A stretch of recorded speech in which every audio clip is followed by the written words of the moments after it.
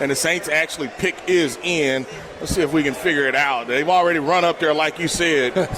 But for me, it's one or two of the Georgia players. Yeah, and it is not a quarterback at number 9, so that tells you right there from the Saints' standpoint. Yeah, they weren't going to reach and pick Shedeur this high. No. I told this to Charlie yesterday. He or Dart.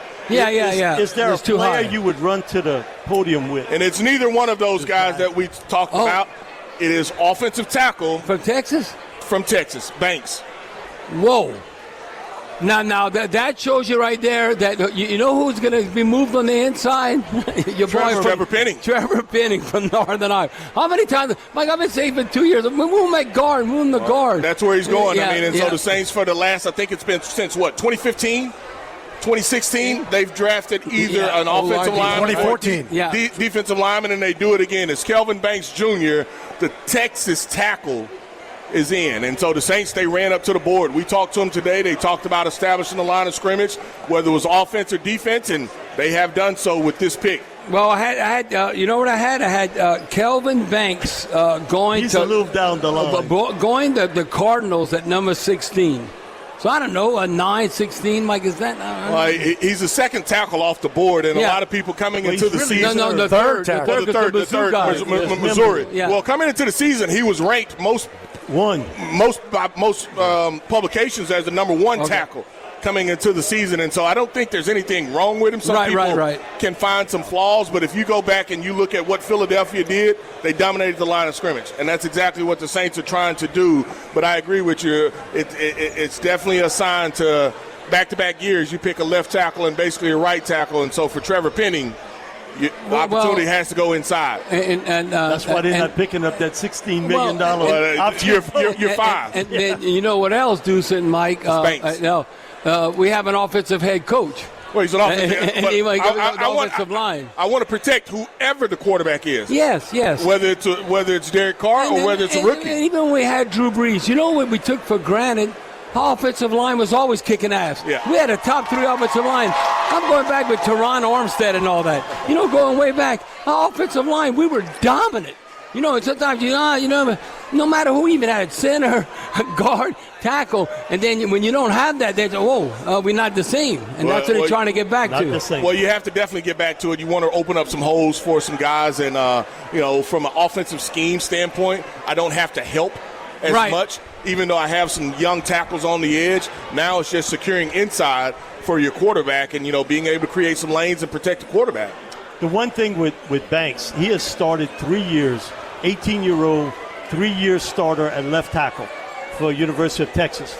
In high school, Texas kid, committed to Oregon. He was going to go to Oregon.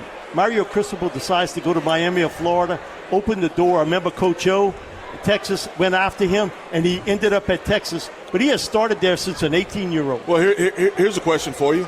Does he play left tackle or does he play right left tackle all his life? So do you put him at right tackle? No. I put him at left tackle, and then I'm putting Fuaga where he was originally, the right tackle. You're going to put him at right tackle? Yeah, because that's where Fuaga, they made him play left tackle. He was a right tackle. No, he was a right tackle, but you needed him at left. Right. So now I think you got your cake and eat it too.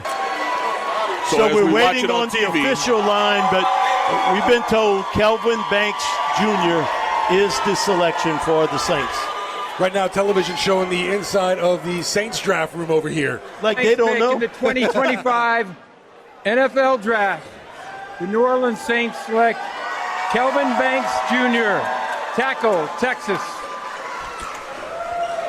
The pick is in and official now. Kelvin Banks Jr., offensive tackle out of Texas, joining the black and gold with the 9th overall selection in the 2025 draft, guys. And the fans aren't hooping and hollering because it's not a skilled player. Well, they hadn't heard it officially yet. That's right. They hadn't heard it. There's a delay. Okay, let me hear this. Well, there you go.